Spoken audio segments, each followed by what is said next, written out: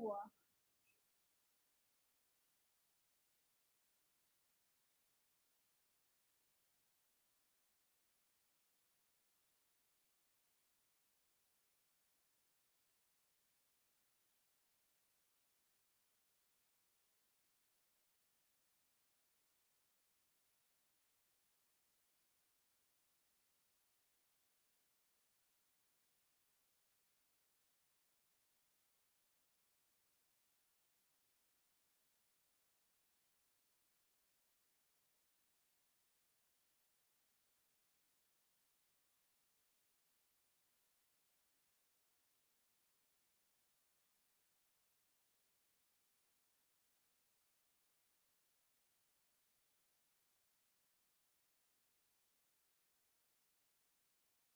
You are currently the only person in this conference.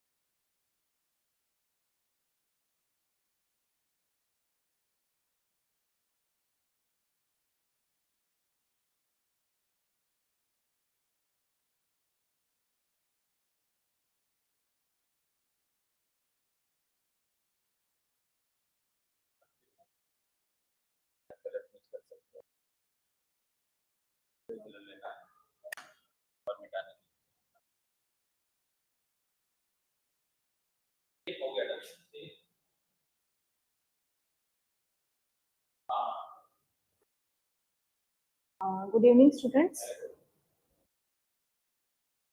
Good evening, everybody. Okay, so in our last lecture, we were doing economic survey of Haryana, and we are also done with budget of Haryana. Okay, so we were doing economic survey, and in economic survey, we have covered few chapters over there. So we are done with the chapter number 1 and chapter number 2. Okay. So along with economic survey, we are doing schemes also, right? Because schemes are very, very important part of this exam. From the last 3 to 4 years, it has become a trend now that at least 5 to 6 schemes are coming in the exam. Okay. So, and in a scheme, at least 4 to 5 long, long statements are given. So you need to read schemes thoroughly, and you need to remember each and every fact, every point about the schemes. Okay.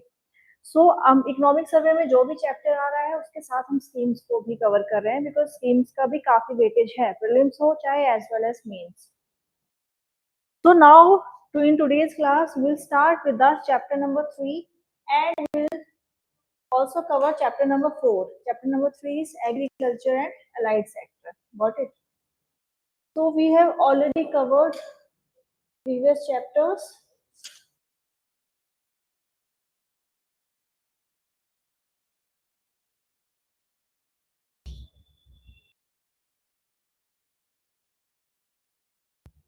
Okay, ये पूरा हमने prospect देख लिया था, ये chapters हम कर चुके हैं ऑलरेडी, ठीक है। ये सारे फैक्ट्स डेटा मैं आपको पढ़ा चुकी हूँ, हम कर चुके हैं, ठीक है।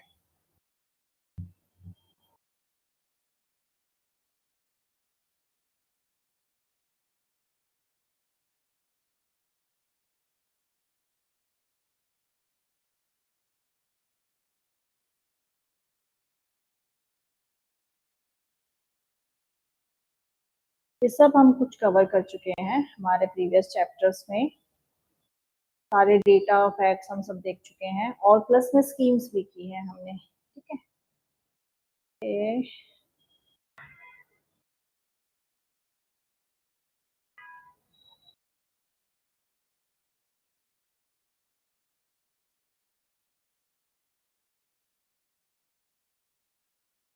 चैप्टर नंबर 2 भी हो चुका है।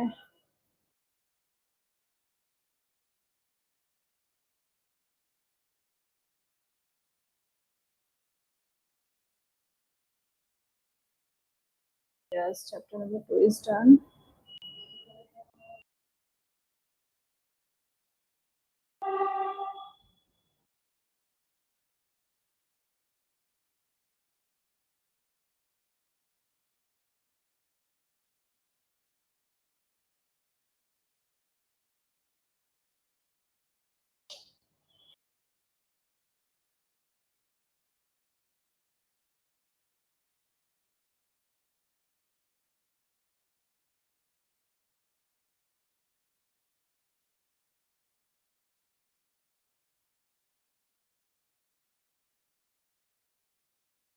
ये सारी स्कीम्स हम कवर कर चुके हैं जो एग्जाम के लिए इम्पोर्टेंट हैं। सारे स्कीम्स के हमने नोट्स भी प्रिपेयर किए हैं, और सारे स्कीम्स मैंने आपको अच्छे से कवर भी करवा दी हैं। कुछ स्कीम्स अगर हमारी बच गई हैं तो आज के लेक्चर में हम उनको कवर करेंगे।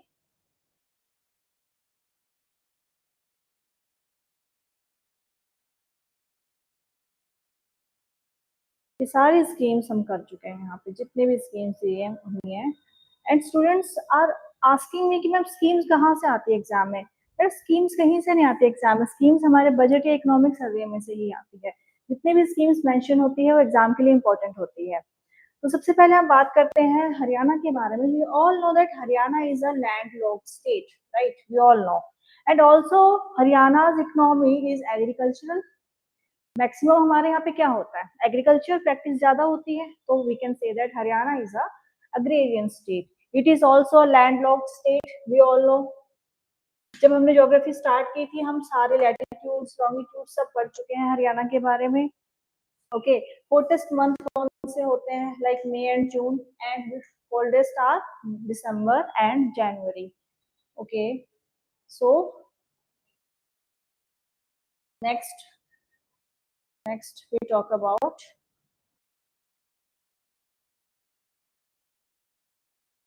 many students are asking कि ma'am economic survey is very lengthy. Okay, I know economic survey is lengthy, but आपको सारा नहीं पढ़ना है। जो भी इंपॉर्टेंट पॉइंट्स हैं वो मैं आपको कवर करवाती हूँ यहाँ पे। जैसे कि पूरा टेबल आपको यहाँ पे गिवन है about the principal crops. That means जो भी मेजर क्रॉप्स है हरियाणा में कल्टीवेशन होता है, ग्रो की जाती है, उन क्रॉप्स के बारे में आपको डेटा गिवन है from the 1966, from the establish date of Haryana and till now 23-24 का डेटा यहाँ पे गिवन है। And according to this data अगर हम देखें, that is the total food grain production in Haryana. So it is 4,893. Okay, this is the total food grain production in Haryana in 2023-2024। ये data आपको याद रखना है, very important.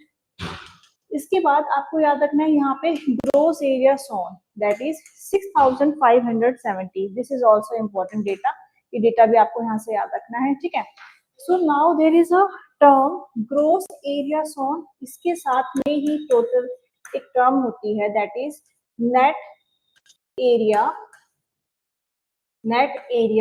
sown. So what is the difference between these two terms, and what is the difference between gross and net concept? So in the economy classes I have already told you the concept of gross and net. Okay, क्या होता था generally, gross means total, gross का मतलब होता है total, net means after deduction, that means अगर कोई gross value है उसमें से आप कुछ डिडक्शन करके किसी एक पर्टिकुलर वैल्यू पे आ रहे हैं, that is your total value. So for example के तौर पे मैं आपको बताती हूँ, लेट्स से कोई भी गवर्नमेंट एम्प्लॉय है, ठीक है, हर महीने एक पर्टिकुलर सैलरी आती है गवर्नमेंट एम्प्लॉय की। तो गवर्नमेंट एम्प्लॉय लेट्स से कोई टोटल सैलरी है जो सब्सक्राइब है, तो वो सैलरी होती है that is your gross salary. But हर महीने जब वो सैलरी आपके अकाउंट में क्रेडिट होती है, उस सैलरी में से कुछ डिडक्शंस होते हैं, जैसे कि पीएफ का डिडक्शन होता है, टैक्स कटता है आपका सैलरी से, और आपका हाउस रेंट अलाउंस होता है, ये सारे डिडक्शंस होते हैं। आफ्टर डिडक्शंस जो भी सैलरी आपके अकाउंट में आती है that is your in hand salary which is your total salary. Yeah, you can say that is net salary. Net salary is what? Gross salary minus deductions, right? So this is the concept of gross and net. Gross area sown का मतलब यहाँ पे क्या होगा? Because we know that एक crop, एक farmer है, crop grow करते हैं, राबी क्रॉप होती है और एक खरीफ क्रॉप होती है। So what is the net area sown और ग्रो एरिया सोन उसमें? सो मैं आपको एक एग्जांपल बता रही हूँ, उसमें से आपको समझ में आएगा इजीली। लेट्स से एक फील्ड है, वहां पे 6 मंथ्स में राबी क्रॉप को ग्रो किया गया और 6 मंथ्स में खरीफ क्रॉप को ग्रो किया गया, ठीक है। अब आप मुझे बताओ टोटल यहाँ पे कितनी क्रॉप्स ग्रो हुई, दैट इज टोटल हम बात करें तो 2 is your gross area sown. But अगर हम बात करें, फील्ड तो एक ही है, जो लैंड है, जो खेत है, जो फील्ड है, वो तो एक ही है। तो अगर हम नेट के कॉन्सेप्ट में बात करें तो नेट एरिया सोन, ठीक है।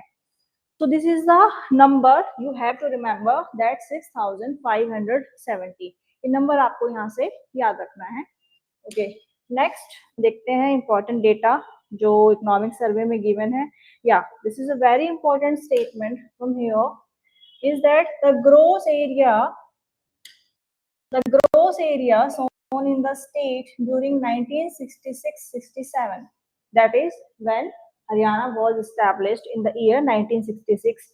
तो वहां पे था 45.99 lakhs हेक्टेयर, ठीक है, this was the number. But अगर हम बात करें अभी की 23-24 के डेटा के according, so there is a increase in this data, ठीक है, इस डेटा में इंक्रीज है अभी, तो वो हम देखेंगे टेबल के through.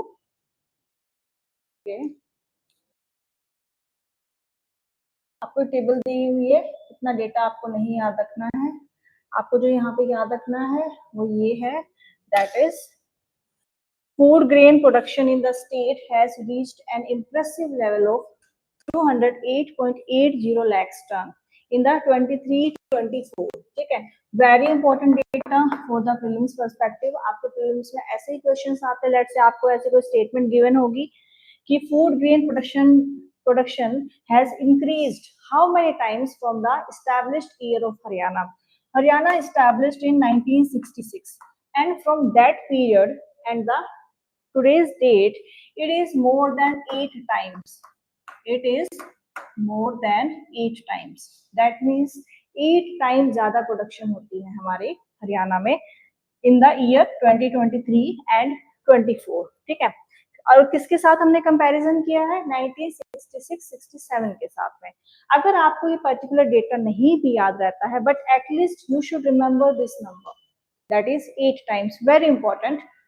Next statement, more than 60% export of basmati rice is taking place from Haryana alone. It's a very big statement कि हरियाणा में 60% से ज्यादा बासमती राइस का क्या होता है? एक्सपोर्ट होता है हरियाणा से। That is a very big statement। बड़ा अच्छा कर रहे हैं हम इस प्रोडक्शन फील्ड में, एग्रीकल्चर में काफी अच्छा ग्रो किया है हमने from the year of establishment से अभी तक, ये हम डेटा के बेसिस पे देख ही चुके हैं, ठीक है। नेक्स्ट, यहाँ पे आपको एक टेबल गिवन है जिसमें प्रोडक्शन ऑफ प्रिंसिपल क्रॉप्स के बारे में बताया है। 1966 से टेबल स्टार्ट होती है टुवर्ड्स द 2023-2024, ओके। तो इस टेबल में आपको वीट, राइस और यहाँ पे शुगर केन, कॉटन, इन सब के प्रोडक्शन नंबर्स यहाँ पे दिए हुए हैं। आपको सारे प्रोडक्शन नंबर याद नहीं रखने हैं इसमें, ठीक है, आपको सिर्फ वही याद रखना है जो एग्जाम के लिए रेलेवेंट है और एग्जाम के लिए इम्पोर्टेंट है। आपको सारे नंबर्स पे नहीं जाना है, ठीक है। नेक्स्ट इज, इस टेबल में आपको यील्ड दी हुई है, ये भी इंपॉर्टेंट नहीं है एग्जाम के लिए, इसको भी हम चाहे तो स्किप कर सकते हैं। उसके बाद यहाँ पे targeted area production and average yield यहाँ पे गिवन है। That is for rice it is 4200 and for gram it is 5000 and sugarcane के लिए 87,000 यहाँ पे गिवन है। ठीक है, टेबल है। इसके बाद हमें देखना है, ओके सो अब हमारी स्टार्ट होती है स्कीम्स। ये कुछ फैक्चुअल डेटा थी, कुछ इंफॉर्मेशन थी जो आपको याद रखना है एग्जाम में। हो सकता है प्रीलिम्स में कोई ऐसे स्टेटमेंट बेस्ड क्वेश्चन आ जाए आपके पास, राइट। सो वहां के लिए आपको ये फैक्ट्स और डेटास याद करने हैं। उसके बाद हम बात करते हैं स्कीम्स के बारे में। As I told you, schemes का वेटेज प्रीलिम्स में बहुत ज्यादा है, ठीक है। और ये स्कीम्स कहाँ से आती है? हमारे इकोनॉमिक सर्वे या बजट डॉक्यूमेंट में से ही आती है। तो काफी स्टूडेंट्स को लगता है ये स्कीम तो करंट अफेयर में नहीं थी, या स्कीम तो इम्पोर्टेंट नहीं है, ये स्कीम कहाँ से पूछ ली। तो स्कीम आपकी कहीं से नहीं, हमारे इकोनॉमिक सर्वे में से ही वो स्कीम आती है। तो यहाँ पे बहुत सारी स्कीम्स गिवन है, number wise one by one हम सारी स्कीम्स को करते हैं, ठीक है। okay.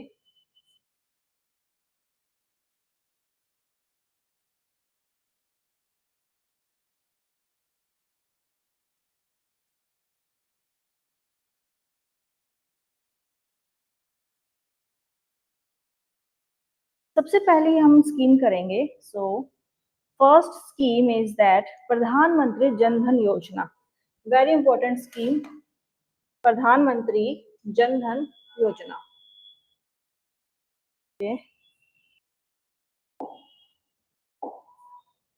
फर्स्ट स्कीम इज प्रधानमंत्री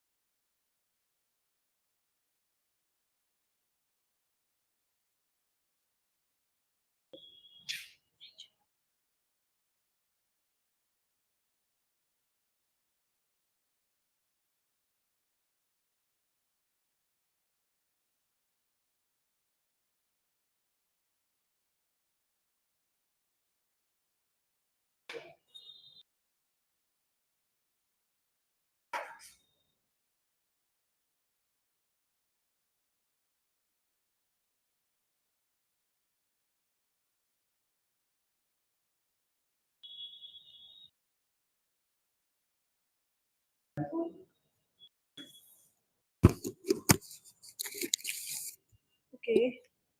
After this, we'll do all the scheme are very very important from the exam perspective. So number one scheme we'll do Pradhan Mantri Jan Dhan योजना.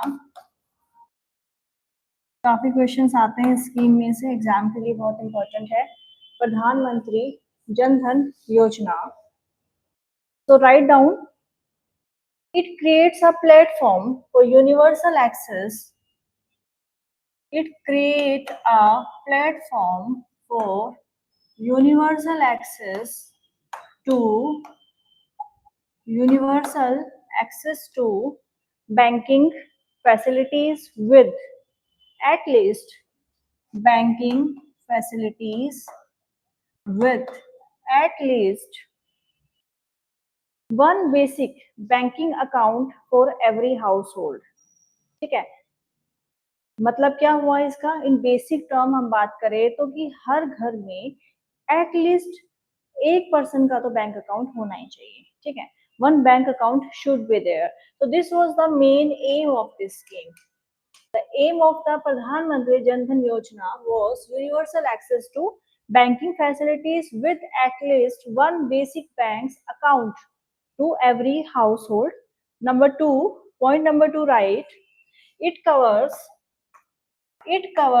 both urban and rural areas. That means it is applicable in both areas.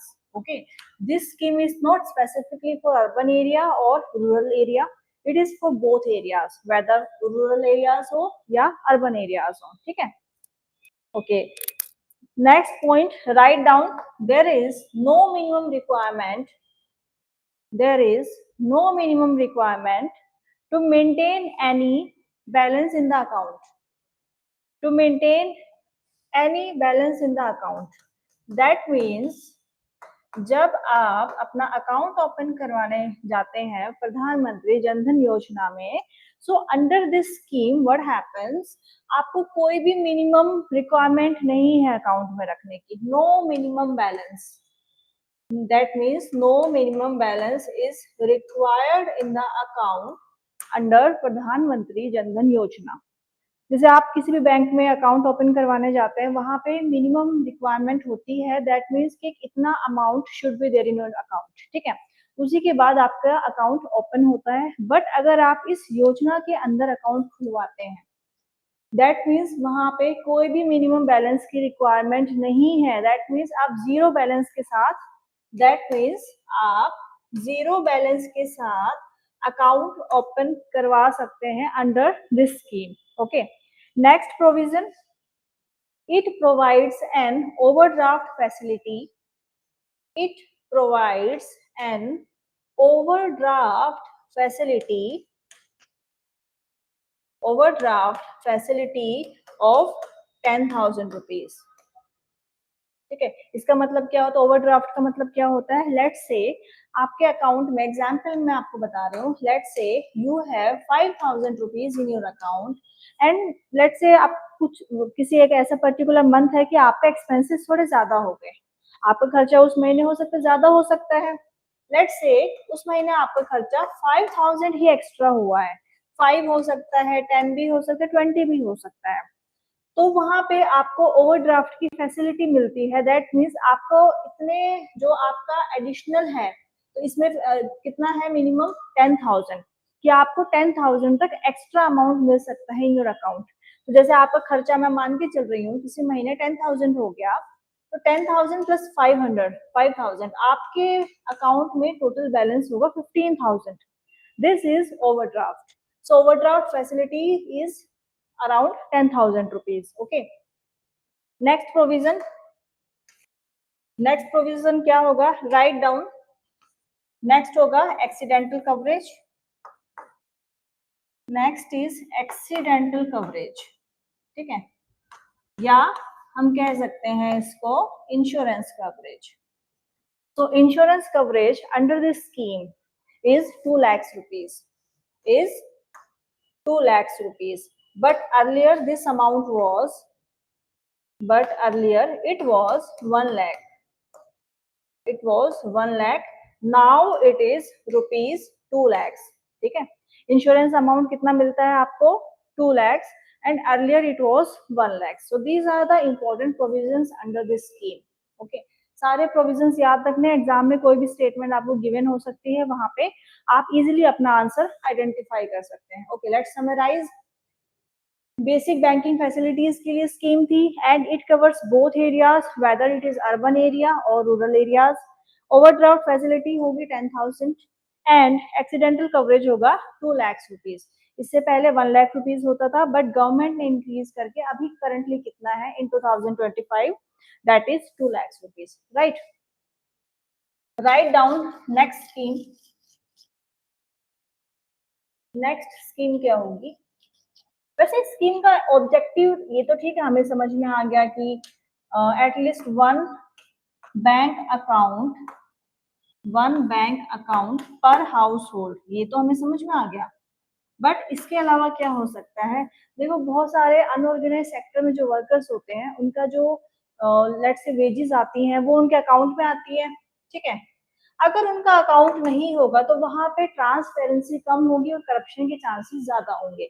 So for the better transparency and to reduce the corruption in wages system, इसके लिए आपके पास bank account होना ही होना चाहिए. ठीक है, because government ने अभी तो डीबीटी की भी फैसिलिटी कर दी है, that means direct benefit transfers. ठीक है, जो कहाँ पे आते हैं, डायरेक्ट आपके बैंक अकाउंट में आते हैं, जिसका आप पूरा बेनिफिट सिर्फ जो बैंक होल्डर है वही उठा सकता है. तो ये इस स्कीम का ऑब्जेक्टिव था. राइट डाउन नेक्स्ट स्कीम जो इंपॉर्टेंट है एग्जाम के लिए, दैट इज प्राण वायु देवता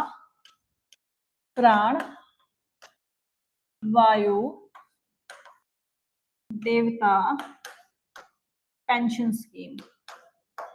प्राण वायु देवता pension scheme. Now it is a very interesting scheme. Okay, इस स्कीम में प्रोविजन क्या है? Right down. Provision is, it is a unique initiative by the Haryana state government. It is a unique initiative by the Haryana state government aimed at preserving old and large trees. ठीक है, जो भी पुराने पेड़ हो गए या बड़े पेड़ हो गए, उनको दोबारा से प्रिजर्व करना. ठीक है, दोबारा से उनको रिहेबिलिटेट करना. So this was the aim of this scheme, unique initiative by Haryana government to preserve करके रखना, प्रिजर्व ओल्ड या large trees. So this was the objective of this scheme. And अगर कोई ऐसा करता है, लेट्स से आप इंटरेस्टेड हैं ऐसा करने में, तो अंडर दिस स्कीम आपको मंथली पेंशन मिलेगी 2500 rupees. Monthly pension will be given to you by the Haryana government. ठीक है, will be given to you by the Haryana government. Okay.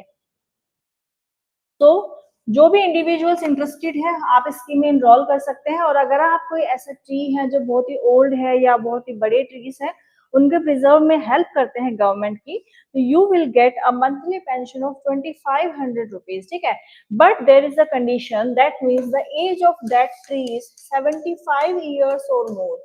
ऐसे ट्रीज जो काफी बड़े हैं, एज में भी काफी बड़े हैं, that is 75 years of more. And if you will take care of those trees, you will get a monthly pension of 2500 rupees. Okay, so this is a unique initiative. जैसे नाम में ही पहले बताया था मैंने आपने, यूनिक इनिशिएटिव है. तो ये हरियाणा गवर्नमेंट ने स्टार्ट किया है ताकि जो भी ट्रीज हैं उनका प्रिजर्वेशन किया जा सके. ऐसा क्यों, रीजन क्या है? बिकॉज जो ज्यादा बड़े ट्रीज होते हैं, उनकी जो रूट्स होती हैं वो सॉइल में काफी एम्बेडेड होती है, जिससे कोई भी फ्लड आती है या कोई भी अर्थक्वेक आता है तो उससे काफी ज्यादा प्रिवेंशन होता है. ठीक है, दूसरा, हमें प्रिजर्वेशन के लिए, ट्री कंजर्वेशन के लिए भी इस स्कीम को इम्प्लीमेंट किया गया था. ठीक है, तो now comes to the third scheme. Third scheme हमारी होगी, राइट डाउन, थर्ड स्कीम पशुधन किसान क्रेडिट कार्ड. पशुधन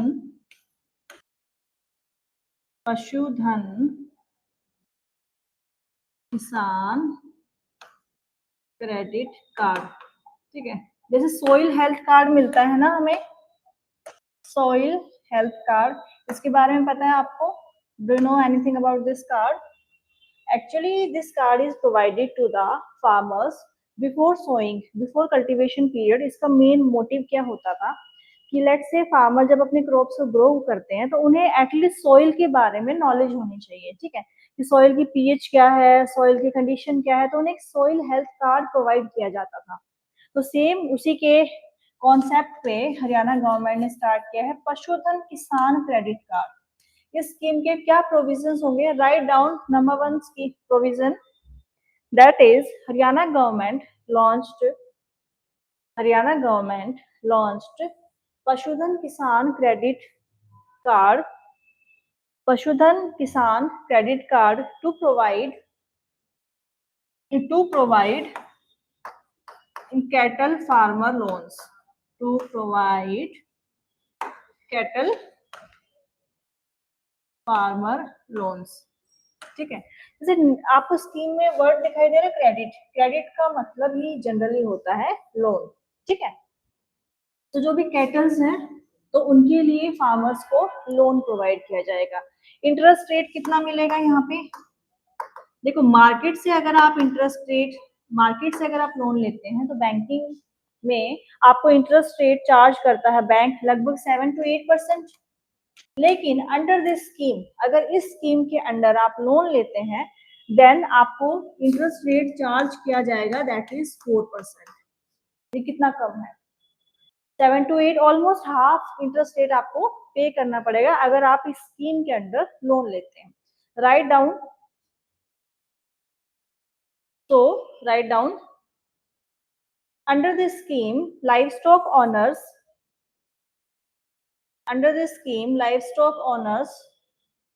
need to pay 4% interest charges, ठीक है। 4% इंटरेस्ट चार्ज आपको देना पड़ेगा, ठीक है। मैक्सिमम लोन कितना मिल सकता है इसमें? Maximum loan amount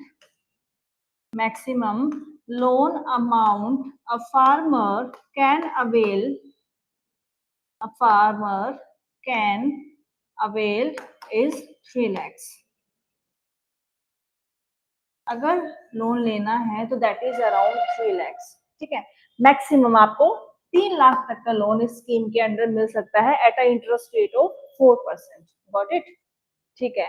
next point right down, next point होगा to avail the loan amount, animal owners need to have a पशु किसान क्रेडिट कार्ड, अगर आपको लोन लेना है then in that condition you must have this card.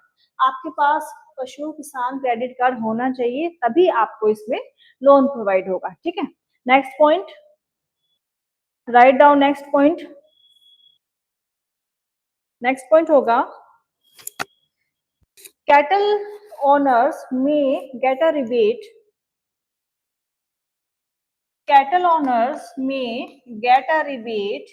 of 3% from central government. अगर इस scheme के अंडर आप लोन लेते हैं तो आपको रिबेट मिलेगा 3% का, कहां से? फ्रॉम सेंट्रल गवर्नमेंट से। ये प्रोविजन भी आपको याद रखना है। Next provision, repayment period. या आपने लोन तो ले लिया, ठीक है, आपने लोन ले लिया, आपको इंटरेस्ट रेट भी इतना चार्ज करना पड़ रहा है, मैक्सिमम आप 3 lakhs का भी लोन ले सकते हैं, बट व्हाट अबाउट रीपेमेंट? आप हमारा लोन वापस कब करोगे? ठीक है, इसके लिए क्लॉज है इस स्कीम में, this scheme comes with a repayment period for 5 years। Repayment period कितना होगा? इसका मतलब क्या है कि repayment period of loan is 5 years, ठीक है। Repayment period of this loan is 5 years। That means आपने अगर इस स्कीम में लोन लिया है तो 5 years में you have to repay this loan by the 4% rate of interest charges. ठीक है, आपके ऊपर 4% इंटरेस्ट रेट चार्जेस लगेंगे और आपको 5 साल के अंदर ये लोन वापस करना पड़ेगा। तो यही था पशुधन किसान क्रेडिट कार्ड, जिसमें आप अपने जो फार्मर्स है वो कैटल के लिए लोन ले सकते हैं। बिकॉज हमें सभी को पता है कैटल के प्राइसेस आर स्काई रॉकेटिंग, है ना, कितने ज्यादा प्राइसेस हैं अभी। तो ऐसे में अगर कोई फार्मर बहुत ही छोटे फार्मर्स हैं या पुअर फार्मर्स है, तो how can they buy a cattle? It is not possible for them, right? So उस केसेस में they can avail loan from the government through this credit card. ठीक है, got it. नेक्स्ट स्कीम के बारे में बात करते हैं।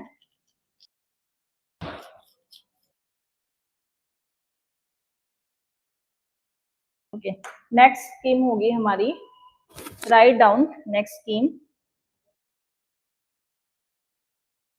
मेरा पानी मेरी विरासत। मेरा पानी मेरा पानी मेरी विरासत।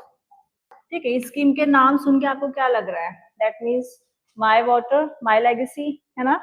ठीक है, दैट मीन्स बताइए, कुछ फिर भी गेस कर सकते हैं। स्कीम क्या होगा, ऑब्जेक्टिव क्या होगा इस स्कीम का?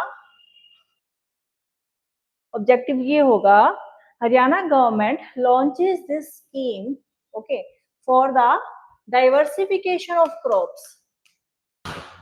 Diversification of crops.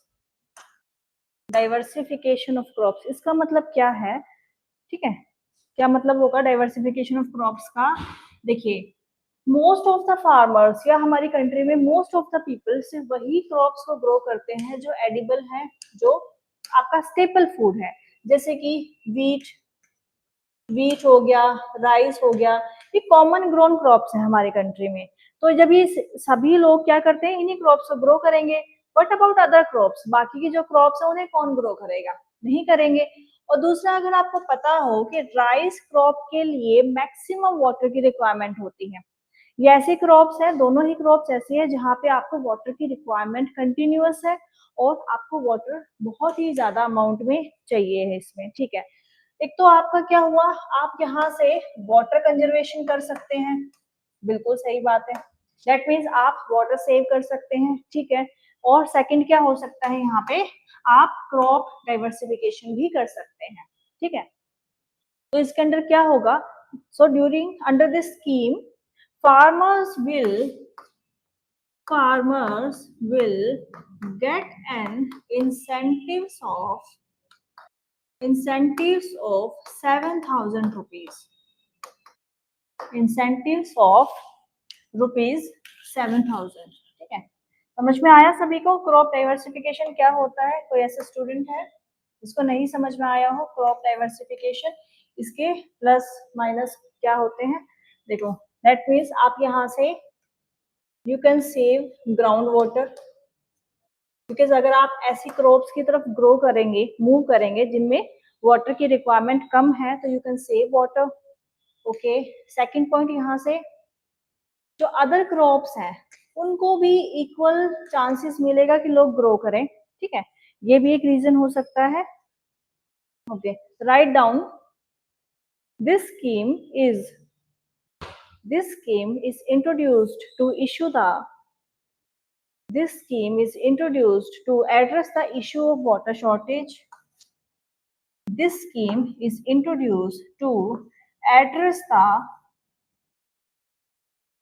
the issue of water shortage। ये मैंने आपको बता ही दिया है, water shortage and crop production and crop diversification, yeah, crop diversification। ठीक है, to address the issue of water shortage and crops diversification, got it। Next point, farmers can switch to crops that require less water। ठीक है, scheme के अंदर जब आपको incentives मिलेंगे, then farmers can switch to crops like less which requires less water, जैसे कि हमारी मेज, बाजरा, ये क्रॉप्स ऐसी क्रॉप्स है जिनको वाटर की रिक्वायरमेंट काफी कम रहती है, ठीक है। अरहर की दाल, तिल, कॉटन, अरहर दाल, तिल, so these are the crops which requires less amount of water. So under this scheme, government will provide 7,000 of incentives to move towards these crops. ठीक है, ये इसका एम था. ओके. एंड लास्ट पॉइंट होगा 80% subsidy, 80% subsidy will be provided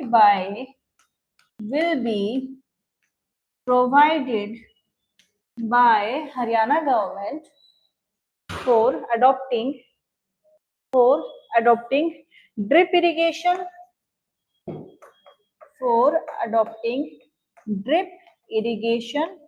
और micro irrigation, ठीक है। ये इरिगेशन की कुछ टेक्निक्स हैं जिससे वाटर को सेव किया जाता है। इरिगेशन के टाइम पे आपको पता है वाटर की बहुत सारी वेस्टेज होती है, तो अंडर दिस जो ये मेथड्स है इसमें वाटर को कंजर्व किया जाता है, ठीक है। तो ये सारे प्रोविजंस है हमारे मेरा पानी मेरी विरासत स्कीम के अंदर। ये सारी स्कीम्स एग्जाम के लिए बहुत इंपॉर्टेंट है। मैं आपको फिर बता रही हूँ, पिछले 3 to 4 ईयर्स से जो ट्रेंड है, that means exam schemes are coming in exams. Okay, बहुत सारे स्कीम्स आते हैं आपके एग्जाम में। Next scheme will B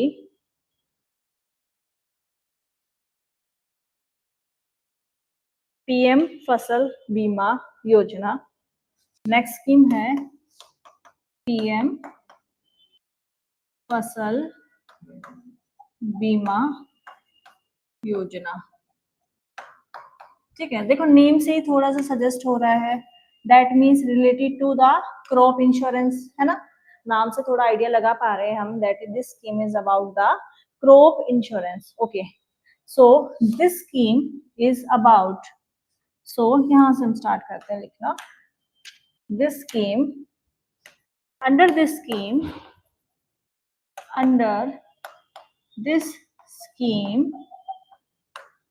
crop insurance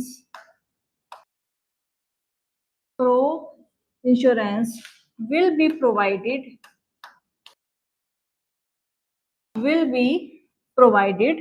okay, next will be provided by the Department of Agriculture, Cooperation and Farmer Welfare, Department of Agriculture, Cooperation and Farmer Welfare. It comes under Ministry of Agriculture. Ministries भी exam में काफी बार आपसे आती हैं कि this scheme is introduced under which ministry या which ministry launched this scheme. Scheme कौन सी मिनिस्ट्री के अंदर आती है, कौन सी मिनिस्ट्री इसकी स्कीम को देखती है, ठीक है। तो स्कीम्स में आपको मिनिस्ट्री याद रखनी है, वेरी इंपॉर्टेंट। मिनिस्ट्री आपसे आती है स्टेटमेंट में, ठीक है। नेक्स्ट पॉइंट होगा इस स्कीम में aims to provide financial protection to farmers. अब इस स्कीम में आपको फाइनेंशियल प्रोटेक्शन देगा, वरना आप कैसे अपनी क्रॉप को सेव करोगे, ठीक है। When you have money, so that means related to the financial protection, ठीक है।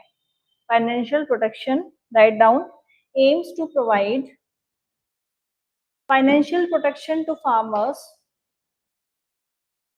financial protection to farmers against the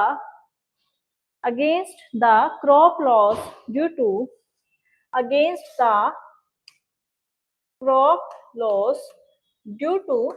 natural disaster, जैसे कि for example paste attack,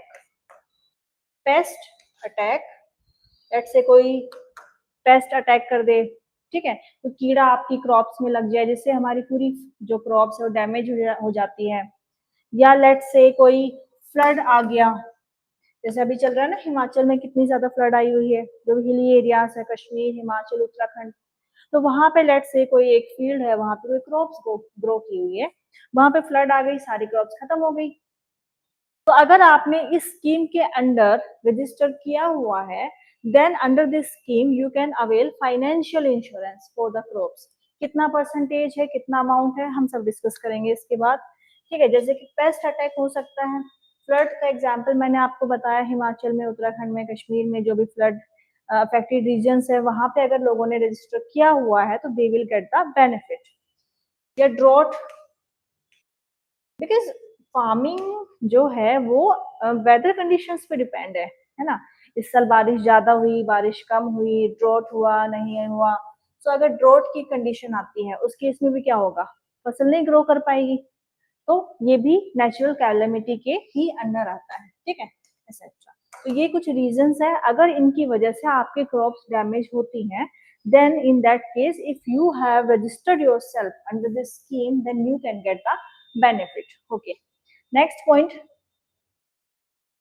it is implemented through, it is implemented through insurance companies,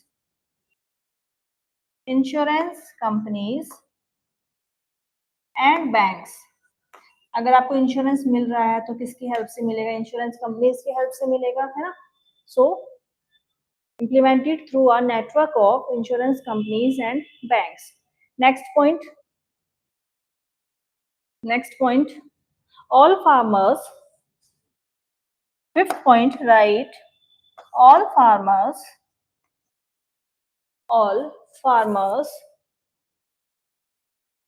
growing the notified crops in the notified areas, growing the notified crops, growing the notified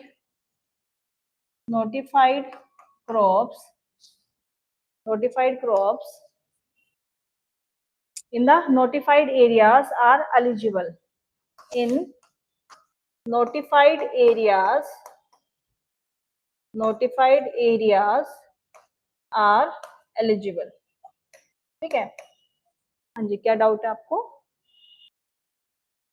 okay, हाँ देखो, इसका मतलब ये होता है कि गवर्नमेंट पहले से ही एक चार्ट सा प्रिपेयर करती है जिसमें लिस्ट ऑफ क्रॉप्स होता है। ठीक है, अगर आपकी ये क्रॉप्स डैमेज होती है, लेट्स से, नोटिफाइड क्रॉप्स का मतलब है जो गवर्नमेंट ने पहले ही नोटिफाई किया हुआ है कि अगर आपके ये क्रॉप्स का आपने ग्रो की हुई है, अगर उनमें कोई ऐसी नेचुरल कैलेमिटी की वजह से डिस्ट्रक्शन होता है, इन that case you will get the benefit. ठीक है, नोटिफाइड क्रॉप्स का मतलब यहाँ पे ये होगा, right.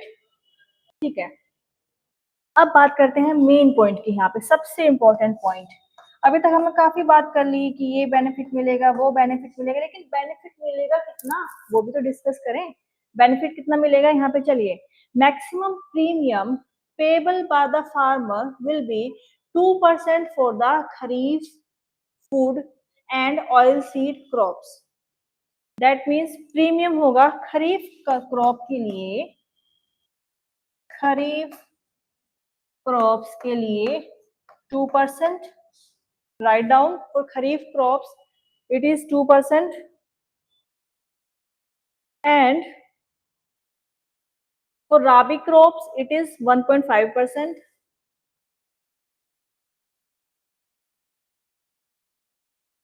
and for horticultural crops it is 5%. ठीक है, खरीफ crops 2%, rabi crops it is 1.5%, and for horticulture crop it is 5%. ठीक है, remember this point. Number 4 point is very very important, याद रखना इस पॉइंट को। ठीक है, okay,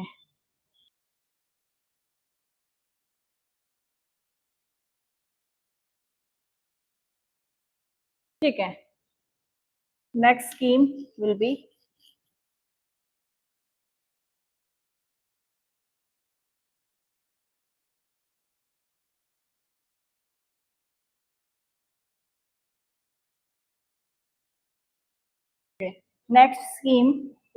write down National Food Security Act.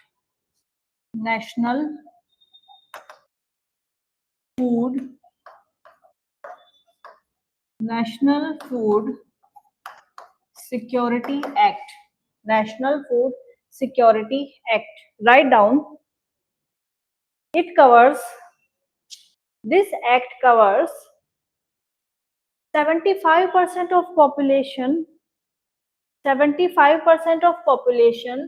Point number one, that it covers 75% of population from rural areas and 50% of population from urban areas.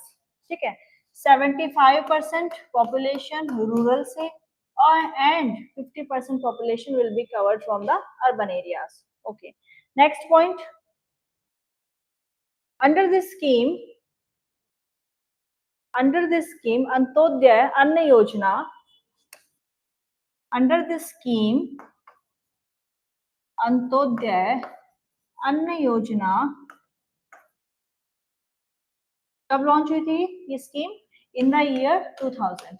काफी बार exam में आता है कि लॉन्च ईयर आपसे पूछा जाता है स्कीम का. ठीक है, अंत्योदय वर्ड का मतलब क्या होता है? That means poorest of the poor, गरीब से भी गरीब जो पर्सन है, that is Antyodaya, poorest of the poor. तो इट कवर्स द अंत्योदय अन्न योजना, comma, persons are entitled to receive 35 kg of grains, 35 kg of grains per family per month. देखो एग्जामिनर आपको यहीं पे आके ट्रिक करता है. एग्जाम में हो सकता है आपको लाइन ऐसे गिवन हो कि पर पर्सन गिवन हो यहाँ पे आपको, या यहाँ पे पर डे गिवन हो, तो वहीं पे हम क्या होता है एग्जाम में कंफ्यूज हो जाते हैं, बिकॉज माइंड में इतना प्रेशर चल रहा होता है, इतने सारे क्वेश्चंस हम कर रहे होते हैं, तो उस टाइम पे ऐसे छोटी छोटी डिटेल्स हमसे बहुत मिस हो जाती हैं. तो ऐसी डिटेल्स को आपको बहुत ध्यान से पढ़ना है और एग्जाम में गलत नहीं करना है. ठीक है, 35 किलोग्राम ऑफ ग्रेन पर family per month, remember that. ठीक है, next point. This act make special provision. This act make special provision for children. This act make special provision for children under the age of 6 to 14 years. Under the age of 6 to 14 years तक जो भी child हैं 6 to 14 years की as के बीच में, उनके लिए एक स्पेशल प्रोविजन है इस स्कीम के अंडर. वो क्या है? That means they are provided with nutritious food. They are provided with nutritious food free of cost. They are provided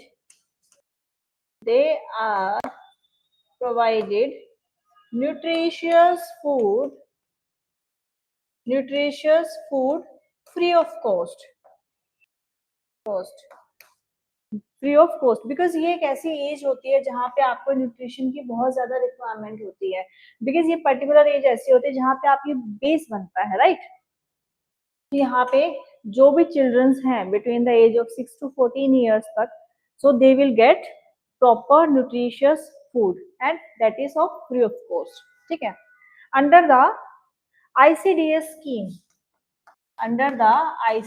scheme, integrated child development scheme. तो ये स्कीम है चिल्ड्रंस के लिए जिसमें न्यूट्रिशन से रिलेटेड स्कीम है, इसको भी हम करेंगे कवर बाद में. ठीक है, तो integrated child, the scheme is integrated child development scheme. ठीक है, integrated child development scheme. Okay, next scheme. तो नेक्स्ट स्कीम होगी हमारी PM किसान सम्मान निधि योजना. नेक्स्ट स्कीम विल बी प्रधानमंत्री किसान सम्मान योजना. ठीक है, राइट डाउन प्रधानमंत्री किसान सम्मान निधि स्कीम, किसान सम्मान निधि स्कीम, ठीक है। इसके प्रोविजंस क्या होंगे, थोड़ा थोड़ा आपको नाम से सजेस्ट हो रहा है, किसान Samman Nidhi scheme, that means farmers के लिए है। सबसे पहली बात तो आपकी यहीं पे क्लियर हो जाती है, ठीक है। प्रोविजंस क्या होंगे, under this scheme, under this scheme eligible farmer families, eligible farmer families receive income support of 6,000 annually. That means ऐसे farmers जो थोड़े marginal farmers हैं, poor farmers हैं, तो they will get a support of, that means rupees 6,000, 6,000 वो भी कैसा, annually, annually means साल में, ठीक है, नॉट मंथली। यहाँ पे एग्जामिनर ट्रिक करता है, आपको स्टेटमेंट में हो सकता है मंथली गिवन हो, मंथली नहीं होगा, एनुअली होगा, ठीक है। ये वर्ड आपको यहाँ से अच्छे से पढ़ना है, राइट। सो इस स्कीम में क्या होगा, जो भी एलिजिबल फार्मर फैमिलीज होंगी तो उनको साल में 6,000 रुपीज दिए जाएंगे, ठीक है, और वो भी 3 इक्वल इन इंस्टॉलमेंट्स में। Right down next point, will be provided in, will be provided in three equal installments, 3 equal installments of rupees 2,000, that means 2,000 करके 3 बार उनको 6,000 रुपीज एनुअली दिए जाएंगे साल में, ठीक है। नेक्स्ट पॉइंट, जो इसका नेक्स्ट इंपॉर्टेंट प्रोविजन होगा दैट इज डीबीटी। डीबीटी मैं आपको पहले भी करवा चुकी हूँ और मैंने आपको अभी थोड़ी देर पहले भी बताया था जब हम पीएम जनधन योजना कर रहे थे। डीबीटी का मतलब होता है direct bank transfer, direct bank transfer. इसका मतलब ये होता है, इस स्कीम में लेट से आपने इनरोल किया और आपको जो ये इंस्टॉलमेंट मिलेगी, फर्स्ट इंस्टॉलमेंट लेट से आपको 2,000 रुपीज की मिलेगी, तो वो डायरेक्टली आपके बैंक अकाउंट में आएगी, ठीक है। किसमें आएगी, बैंक अकाउंट में। तो इसका मतलब यही होता है, दैट मीन्स आपकी सैलरी किसी, कोई भी एक सेकंड पर्सन बीच में इन्वॉल्व नहीं है, डायरेक्टली आपके बैंक अकाउंट में आएगी बाय द गवर्नमेंट, ठीक है। डायरेक्टली गवर्नमेंट टू द, जो भी एलिजिबल पर्सन है स्कीम के अंदर, डायरेक्टली उनके बीच में ही ये ट्रांजैक्शन होगी। इसका मतलब होता है डीबीटी, ठीक है। गवर्नमेंट ने क्यों इंट्रोड्यूस किया डीबीटी के कॉन्सेप्ट को, टू रिड्यूस द करप्शन, ठीक है, to reduce the corruption, and second point for transparency, ठीक है। पहले क्या होता था, देखो पहले बैंक अकाउंट्स नहीं होते थे लोगों के, तो लोग क्या करते थे, लेट से कोई एक इंटरमीडियरी है बीच में, कोई एक सेठ है, कोई ऐसा एक जमींदार है, तो पहले उसको लेट से गवर्नमेंट पैसे देती थी, वो जाके फिर वर्कर को देता था। तो इस बीच में क्या होता था कि करप्शन के चांसेस बहुत ज्यादा होते थे, ठीक है। तो जो बीच में जो पर्सन था, थर्ड पर्सन था, वो क्या करता था, अपने पास कुछ अमाउंट रखता था और बाकी अमाउंट जो है वो फार्मर को प्रोवाइड करता था। तो इसमें करप्शन भी होता था, ट्रांसपेरेंसी भी नहीं थी, बिकॉज फार्मर को तो पता ही नहीं है ना मुझे कितना अमाउंट मिल रहा है। उन्हें, फार्मर्स को तो वही पता होगा जो बीच में इंटरमीडियरी है, वो बताएगा उन्हें। तो इसलिए गवर्नमेंट ने इंट्रोड्यूस किया डीबीटी के कॉन्सेप्ट को, that is direct benefit transfer, ठीक है। Got it. नेक्स्ट पॉइंट होगा हमारा स्कीम के अंदर, राइट डाउन नेक्स्ट पॉइंट,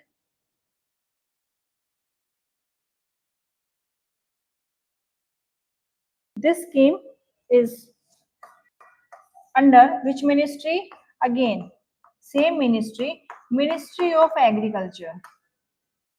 ये स्कीम आती है मिनिस्ट्री ऑफ एग्रीकल्चर, प्लस में इसको, प्लस में with the help of state government. So this scheme is introduced by the Ministry of Agriculture and in the collaboration with states, because main काम कहाँ पे होगा, states में ही होगा। जो भी लेट से स्कीम में जो भी बेनिफिट्स मिल रहे हैं वो किसके थ्रू मिलेंगे, स्टेट्स के थ्रू मिलेंगे फार्मर्स को। गवर्नमेंट का काम तो क्या है, स्कीम्स को बनाना, स्कीम्स को प्रोविजंस को डालना, बाकी इम्प्लीमेंटेशन का काम तो एक्चुअली किसका होता है, स्टेट्स का ही होता है, ठीक है। तो स्टेट गवर्नमेंट के साथ कोलैब करके and with the ministry of agriculture इस स्कीम को इम्प्लीमेंट किया जाता है। ठीक है, नेक्स्ट पॉइंट।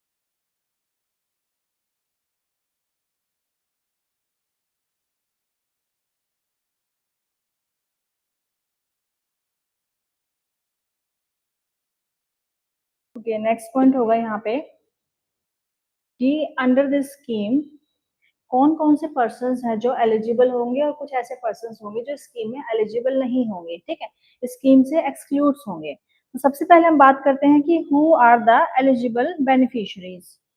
इस स्कीम का जो बेनिफिट है वो किन लोगों को मिलेगा। ठीक है,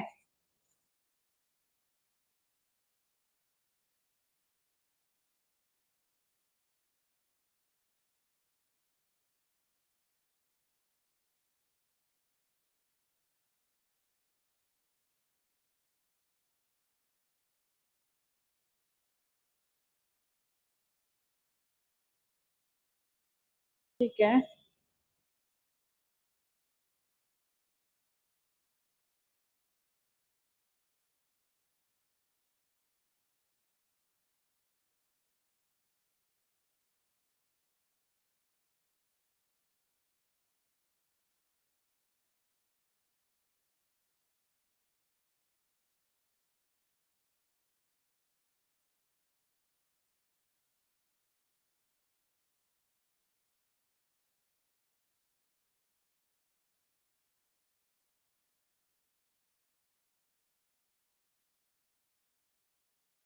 okay. Amit is asking, good evening Amit, which class this was ma'am? Okay, so this is our Haryana PCS class. Okay, so and we are doing economic survey of Haryana.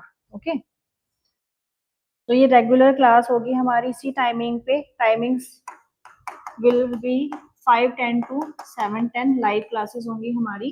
ठीक है, और अभी आज का हम टॉपिक कर रहे हैं इकोनॉमिक सर्वे के कुछ chapters, and in a previous lecture we have covered few other chapters of economic survey. ठीक है, उसी के कंटिन्यूएशन में आज हम स्टार्ट कर रहे हैं, और इकोनॉमिक सर्वे में जो भी इंपॉर्टेंट स्कीम्स हैं उन स्कीम्स को हम कवर कर रहे हैं, बिकॉज जो अभी ट्रेंड है एग्जाम का from the past 3 to 4 years कि आपकी स्कीम्स का वेटेज बहुत ज्यादा है एग्जाम में, right? Okay, I hope your doubt is clear now.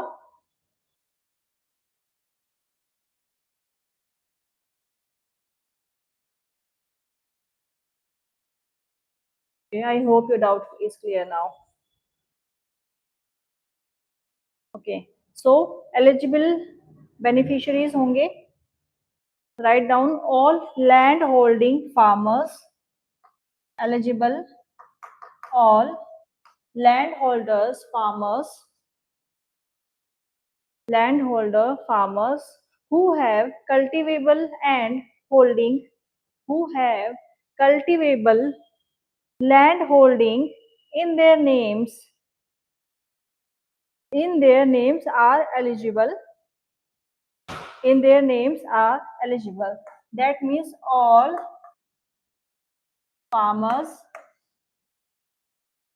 land holding farmers families। ठीक है, all land holding farmer families। Second point रहेगा इसी में हमारे एलिजिबिलिटी क्राइटेरिया में, दैट इज initially this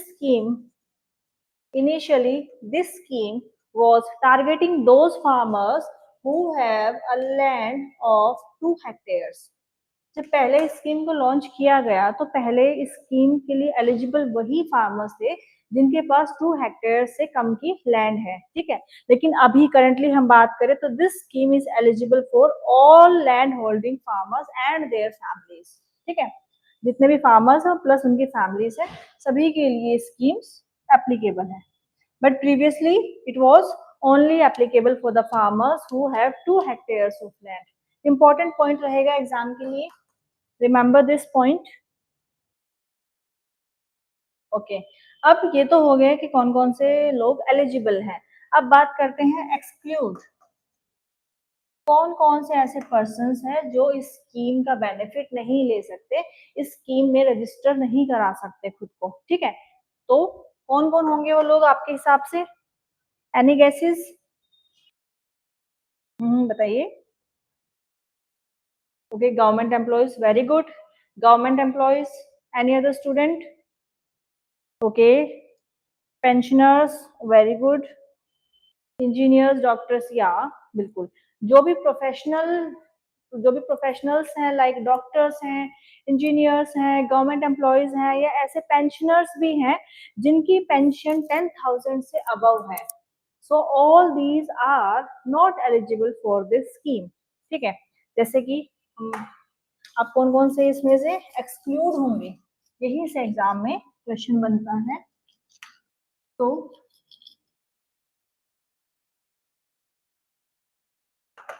कौन कौन से लोग यहाँ पे एलिजिबल नहीं है? That means any government employ, कोई भी ऐसा गवर्नमेंट एम्प्लॉय है which is not eligible, because requirement नहीं है ना. आप अगर ऐसे अच्छे प्रोफेशंस में हैं, लेट्स से आप डॉक्टर हैं, आप इंजीनियर्स हैं, तो there is no requirement of registering themselves under this scheme. ठीक है, okay.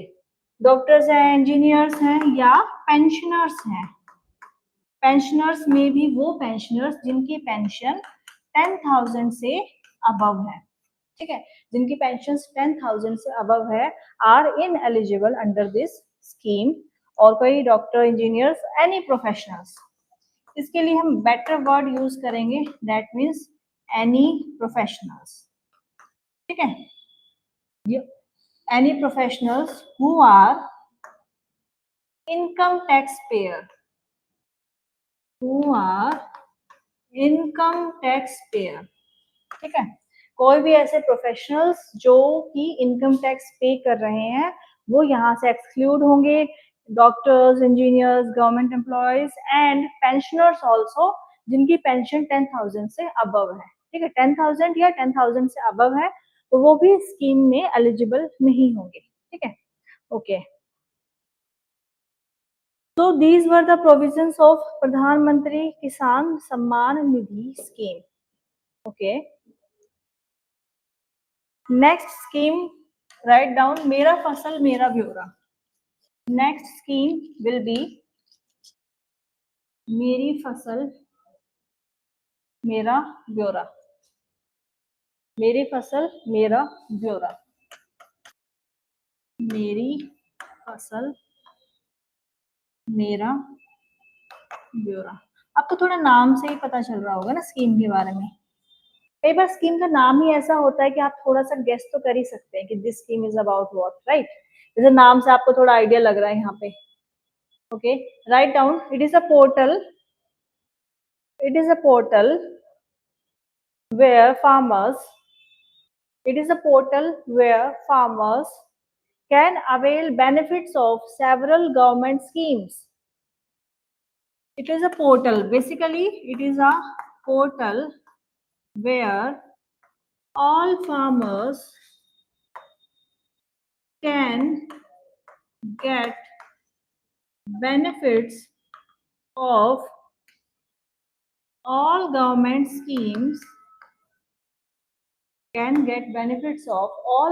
schemes directly after uploading their crop related details.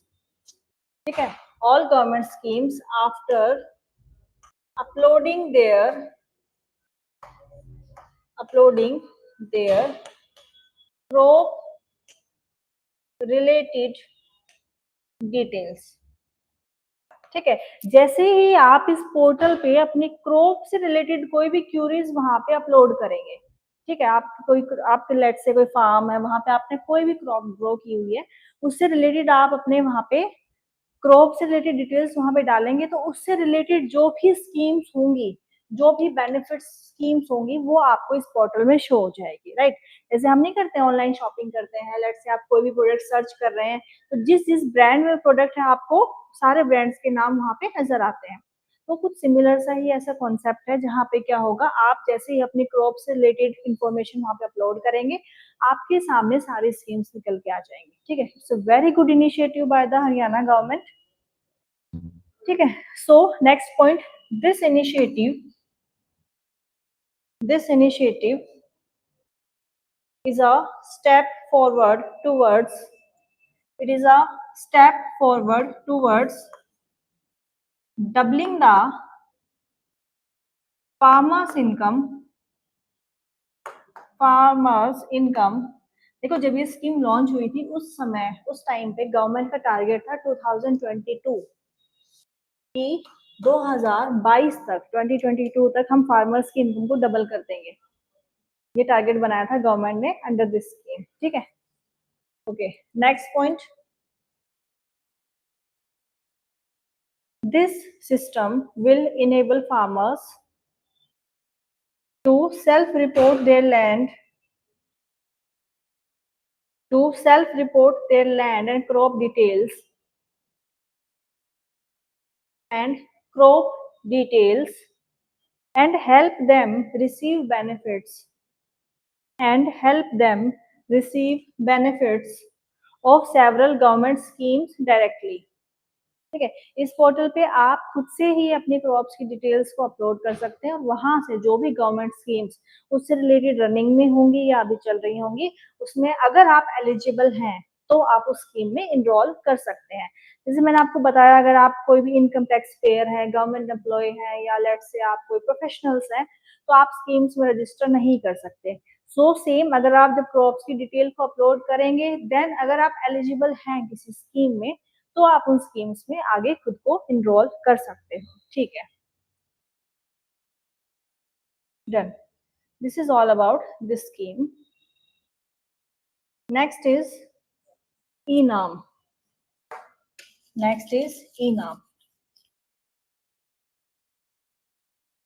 Write down इनाम। ई नाम, ई मीन्स, ई का मतलब होता है electronically national agriculture market, electronic national agriculture market, ठीक है। इलेक्ट्रॉनिक ई से होगा यहाँ पे इलेक्ट्रॉनिक। दैट मीन्स, जैसे मैंने आपको बताया ना, स्कीम्स के नाम से ही थोड़ा सा हमें स्कीम्स के बारे में पता चल ही जाता है। जैसे स्कीम में नेम है नेशनल एग्रीकल्चर मार्केट, ठीक है। जैसे मार्केट्स क्या होता है, ऑफलाइन होते हैं। अगर कोई एक किसान है, अपनी क्रॉप को सेल करना चाहता है, बेचना चाहता है अपनी फसल को, कहाँ लेके जाते हैं? मंडी में लेके जाते हैं, है ना। ऑफलाइन तो मंडीज होती है, लेकिन आप ऑनलाइन भी सेल कर सकते हो, जिसको हम बोलते हैं ई नाम, that is national agriculture market. जैसे होता है ना, हम मार्केट में ऑफलाइन भी शॉपिंग करते हैं, हम ऑनलाइन भी शॉपिंग करते हैं। मार्केट में बहुत सारे प्लेटफॉर्म्स हैं, अमेजोन है, फ्लिपकार्ट है, हम वहां से भी शॉपिंग करते हैं, और आप ऑफलाइन जाके मार्केट से भी शॉपिंग कर सकते हो, है ना। तो सेम विद दिस कॉन्सेप्ट कि गवर्नमेंट ने इंट्रोड्यूस करा ई नाम को। सो it is a online trading platform for agricultural commodities in India, ठीक है। जो भी एग्रीकल्चरल कमोडिटीज हैं इंडिया में, सो आप यू कैन ट्रेड हेयर, आप उनका ट्रेड यहाँ कर सकते हो। ट्रेड का मतलब क्या होता है? ट्रेड का मतलब होता है simply buying and selling. Trade means simply buying and selling. That means आप ऑनलाइन, सारा सिस्टम ऑनलाइन है, प्लेटफॉर्म ऑनलाइन है, तो ऑनलाइन यू कैन बाय और सेल क्रॉप्स, और कोई भी एग्रीकल्चरल कमोडिटीज को आप ऑनलाइन ट्रेड कर सकते हो through this online platform. So it was launched in 2016 it was launched in 2016 by the government of India, ठीक है। it was launched in 2016 by the government of India। Next point होगा हमारे यहाँ पे small farmer business consortium, small farmer business consortium, ठीक है। So it will be the implementing agency, that means इस agency के थ्रू इस स्कीम को इम्प्लीमेंट किया जाएगा। इम्प्लीमेंटिंग एजेंसी आपको याद रखना है यहाँ पे, ठीक है। बेसिकली इसका काम क्या होता है, दिस इज नथिंग, इसी क्या करती है, गवर्नमेंट को एक फंडिंग सपोर्ट प्रोवाइड करती है, ठीक है, स्कीम के लिए। सो याद रखना, SFAC is a implementing agency under this scheme, ठीक है। Okay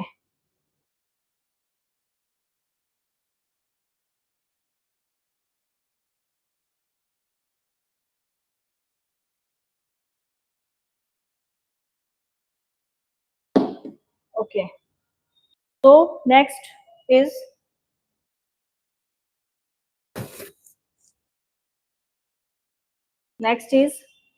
APFC, APMC, APMC, what is APMC?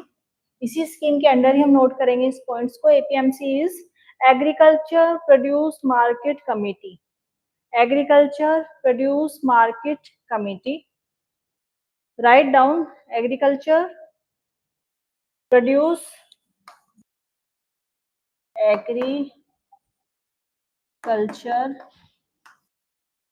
Produce market, agriculture produce market committee, ठीक है। सो इस कमेटी के अंडर क्या करना है, हमें कुछ पॉइंट्स नोट करेंगे हम यहाँ पे। बेसिकली एम क्या है, करती क्या है ये committee? So agriculture produce market committee is developing N efficient marketing system. इसका पहला काम होगा developing N efficient market system, जो भी मार्केट सिस्टम है उसको मैनेज करना, ऑर्गेनाइज करना, ठीक है। इस कमेटी का पहला काम क्या है यहाँ पे, developing and efficient marketing system. So this is the first aim of this committee, developing the efficient market system. Number 1 होगा, एम कर रहे हैं हम इस कमेटी के, number 1 aim is developing the efficient market system. Okay, write down number 2, promotion of agri processing and agricultural products, promotion of agri processing, promotion of agri processing, promotion of agri processing and agricultural products. So this is the second aim of this committee. And the last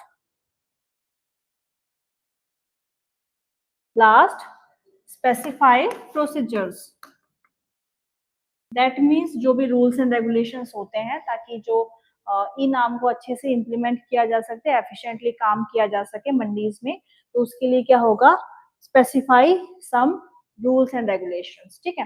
तो ये सारे किसके aim है, of the small of the agriculture mandi market committee, sorry SFEC नहीं, agriculture mandi agriculture market committee, agriculture produce market committee, produce market committee, APMC, APMC, agriculture produce market committee, ठीक है। So these were the aim of this committee. Now next scheme हम करेंगे, काफी schemes हम cover कर चुके हैं आज की क्लास में। ओके, वन मोर स्कीम, प्रधानमंत्री फसल बीमा योजना, कर चुके ना, स्कीम तो हो चुकी है हमारी। ओके, इंश्योरेंस से रिलेटेड है, this is done. Now next scheme is Next scheme we are going to cover is PDS. Okay. Now next scheme is PDS. ठीक है. Next scheme is PDS. PDS होता है public distribution system. So PDS is public distribution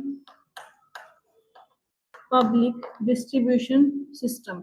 इसका मतलब क्या होता है? देखो 1942-43 के अराउंड ये स्टोरी स्टार्ट होती है, जब बंगाल में फेमाइन आते हैं. ठीक है, फेमाइन होता है अकाल पड़ना.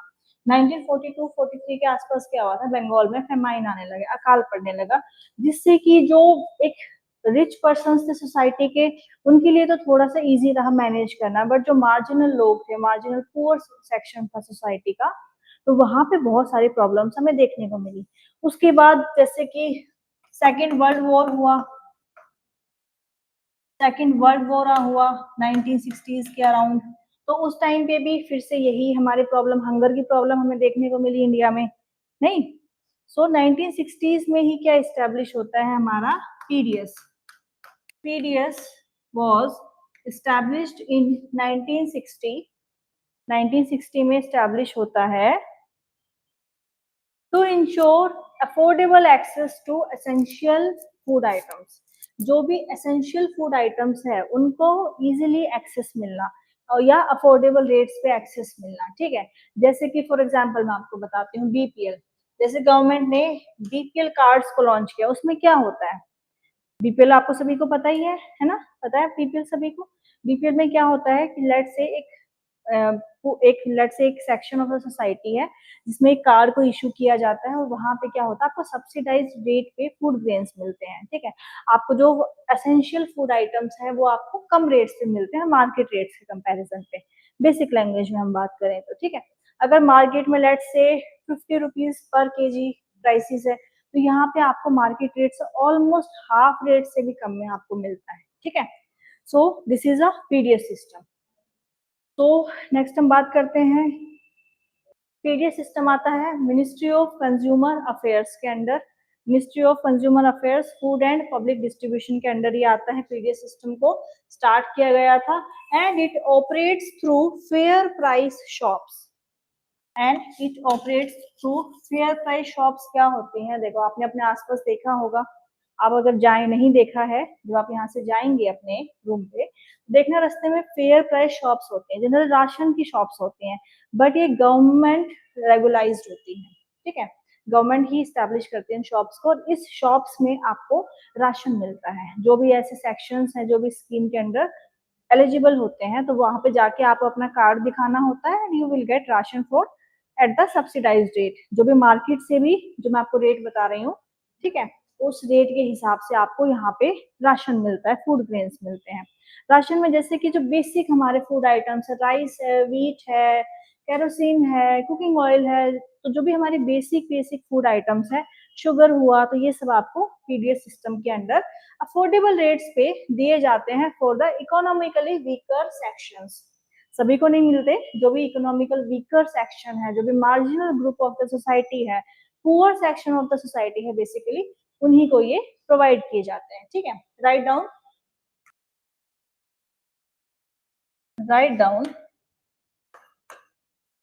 It started in 1960s through fair price shops. जो मैंने अभी आपको समझाया, उन्हीं पॉइंट्स को हम यहाँ पे नोट करेंगे. ठीक है, बिकॉज समझाया हुआ तो आप भूल जाओगे, 1 मंथ 2 मंथ कितना याद रखोगे, बट जो हम नोट मेकिंग करेंगे, जो नोट्स हम यहाँ पे प्रिपेयर करेंगे, वो आपको हमेशा याद रहेंगे. ठीक है, okay. Next point, established under the Ministry of Consumer Affairs. Established under the Ministry of Consumer Affairs. Ministry का नाम याद रखना है यहाँ पे, मिनिस्ट्री ऑफ कंज्यूमर अफेयर्स. ठीक है, important. Food and public distribution, this is the name of the ministry, very important, याद रखना, ठीक है। नेक्स्ट पॉइंट यहाँ पे होगा एम। एम मैंने अभी आपको समझाया, एम क्या है, to provide affordable access to essential food items, to provide essential, to provide affordable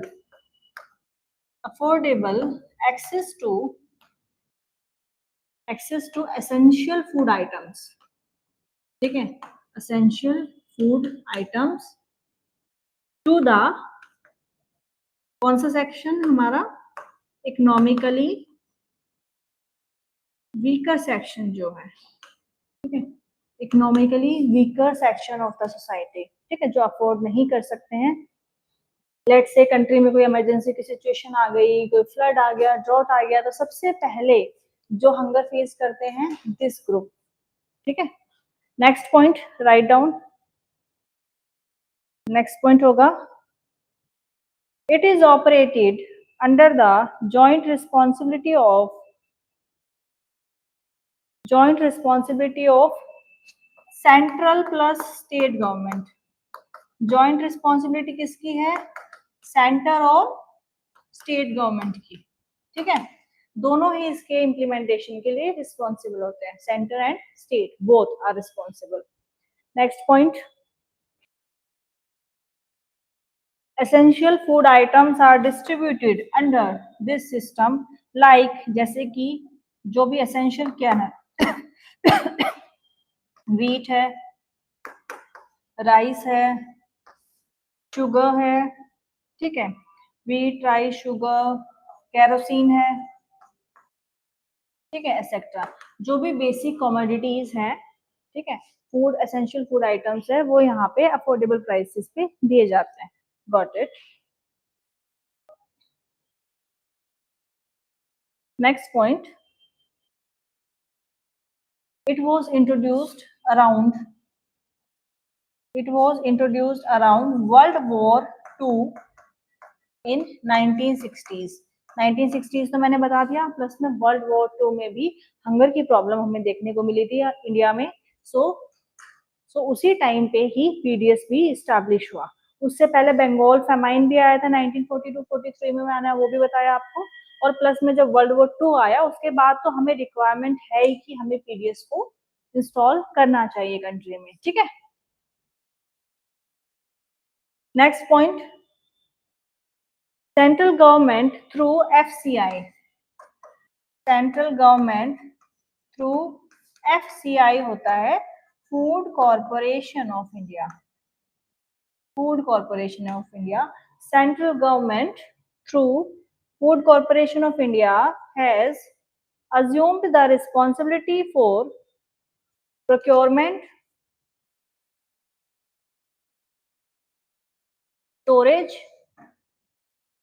transportation and bulk allocation, ठीक है। सब सिस्टम को कौन मैनेज करता है, that is food corporation of India.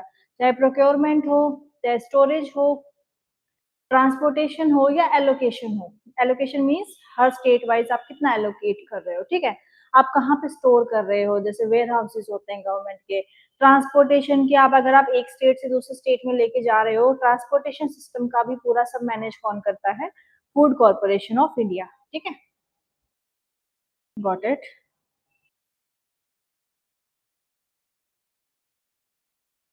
Okay, अब यहाँ पे मैं आपको एक क्रोनोलॉजी बताती हूँ। एक हम यहाँ पे टेबल ड्रॉ करेंगे, टेबल नहीं सॉरी, एक डायग्राम हम ड्रॉ करेंगे। चाहे आपका प्रीलिम्स हो उसमें भी आपके लिए इम्पोर्टेंट रहेगा। अगर आपके मेंस एग्जाम में भी ऐसे कोई क्वेश्चन आता है कि राइट अबाउट पीडीएस सिस्टम्स, ठीक है, तो पीडीएस सिस्टम में आप अगर ये डायग्राम भी ड्रॉ कर देंगे तो you will get good marks, ठीक है। तो हम अभी कर रहे हैं evolution of PDS system. Heading डालो, evolution of PDS system.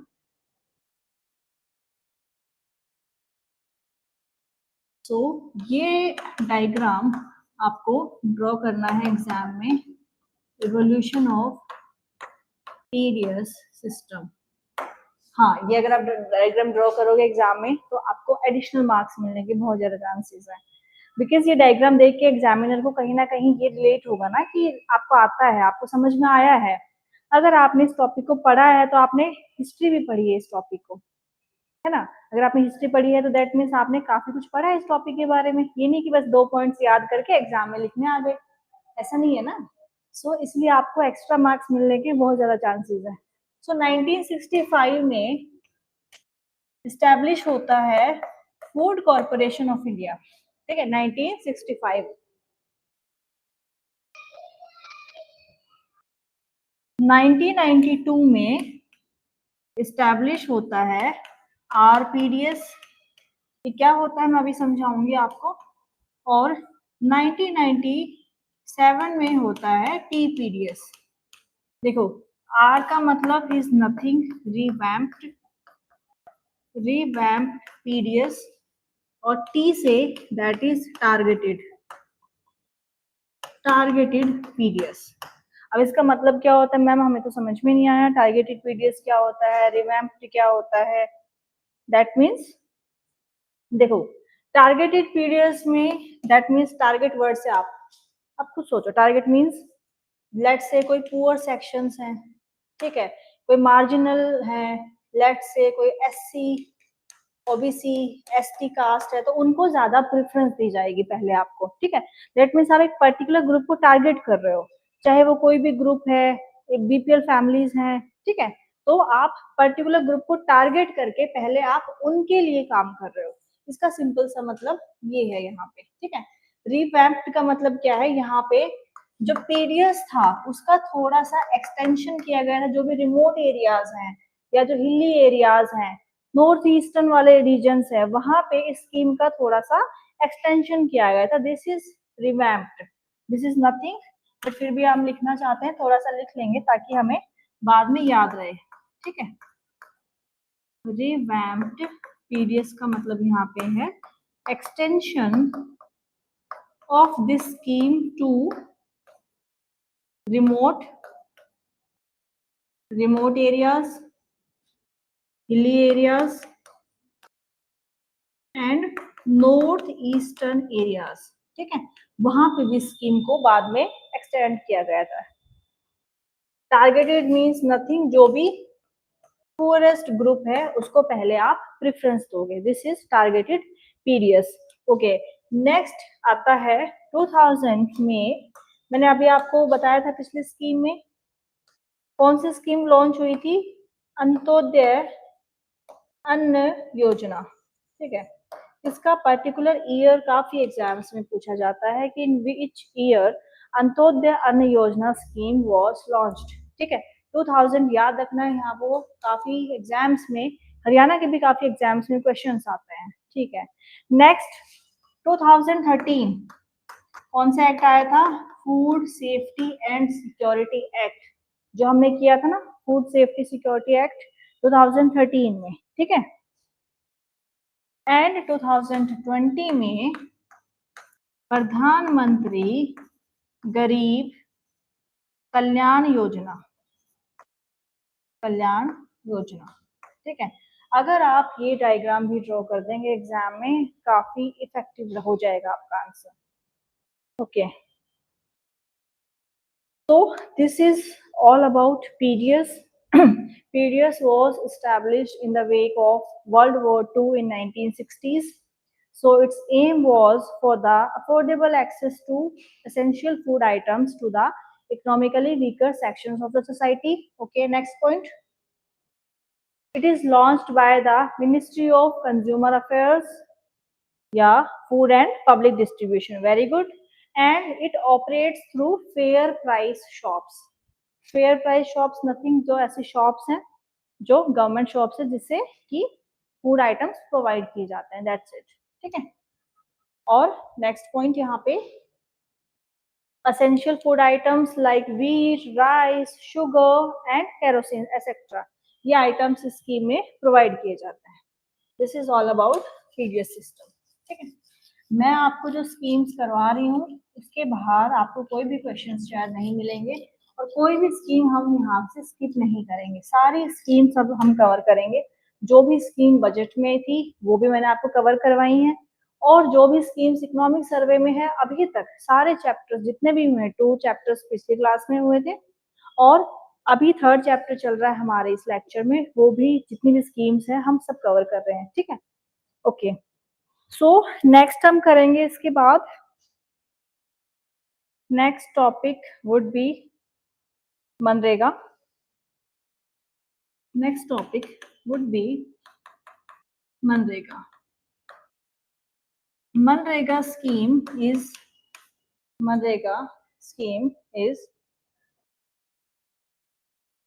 it is launched in 2005, ठीक है, it is launched in 2005।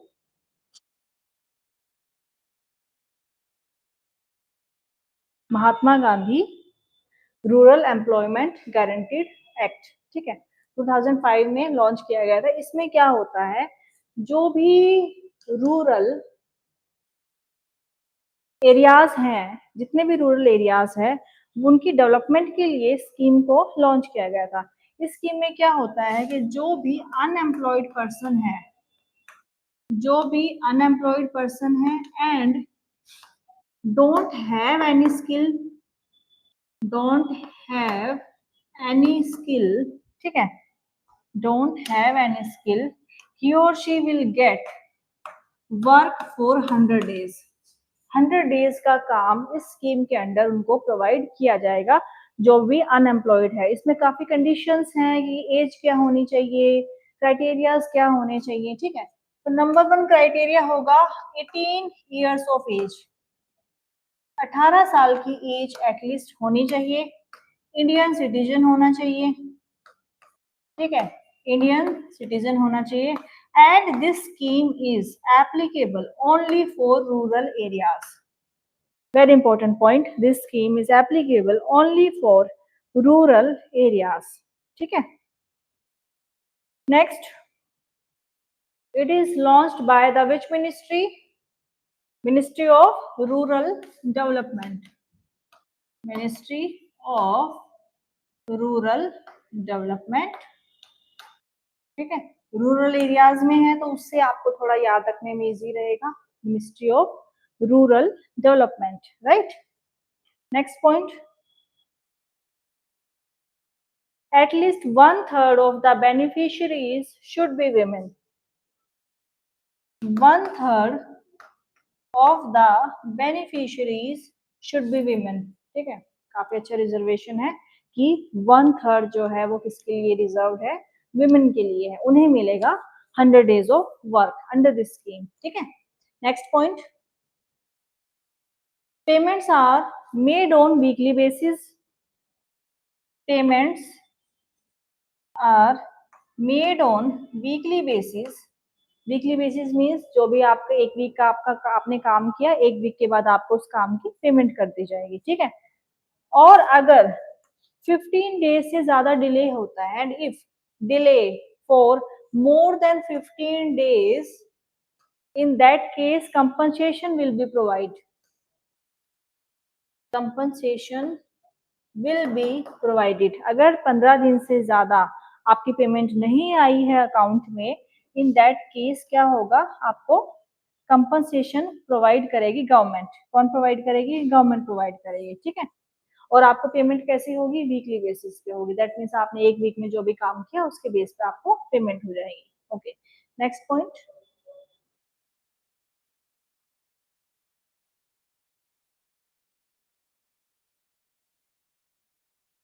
Next point होगा इसमें,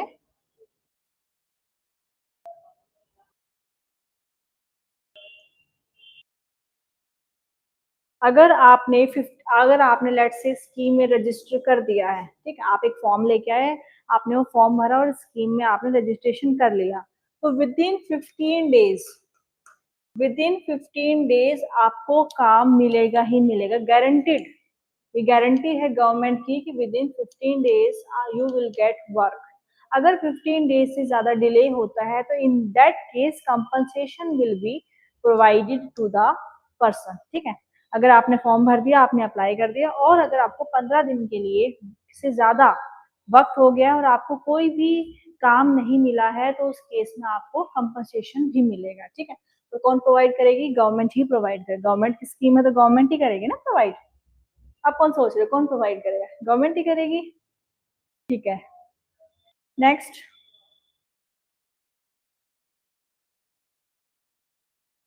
ओके, नेक्स्ट एंड लास्ट होगा willing to do, willing to do unskilled work. Unskilled work, ठीक है, simple है, ये तो आपको इजिली याद रख सकते हो। देखो अनएम्प्लॉयड वो नहीं होता कि अनएम्प्लॉयड की डेफिनेशन होती है, आपको पता है अनएम्प्लॉयड कौन होता है? अनएम्प्लॉयड वो होता है कि इफ ही और she is willing to work, okay, listen carefully, if he or she is willing to work but he or she is not able to find that work, that is unemployed। जैसे आप लोग हैं, आप अभी preparation कर रहे हैं, पढ़ाई कर रहे हैं, that means you are willing to work, है ना? ऐसा कोई है जो नहीं है? everybody is willing to work, maybe he or she, everybody ना, so everybody is willing to work, but if he or she is not able to find that work, that is unemployed। अगर आप पढ़ाई कर रहे हो that means you are willing to do something in your life. अगर आप कुछ भी नहीं करना चाहते तो आप यहाँ होते ही नहीं, मे बी, है ना? So that is the thing कि अनएम्प्लॉयमेंट की डेफिनेशन क्या होती है? Unemployed, he or she is willing to work but he or she is not able to get that work, this is called unemployed। okay, तो या that's all for today. काफी schemes हमने cover किया है यहाँ पे, बाकी हम नेक्स्ट चैप्टर्स देखेंगे, वहां पे कोई इंपॉर्टेंट स्कीम्स होंगी तो हम उनको भी साथ में कवर करेंगे, right?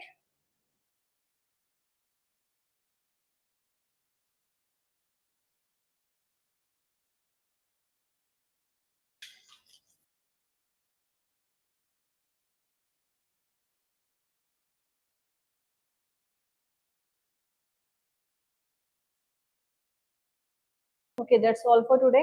We'll meet in our next class.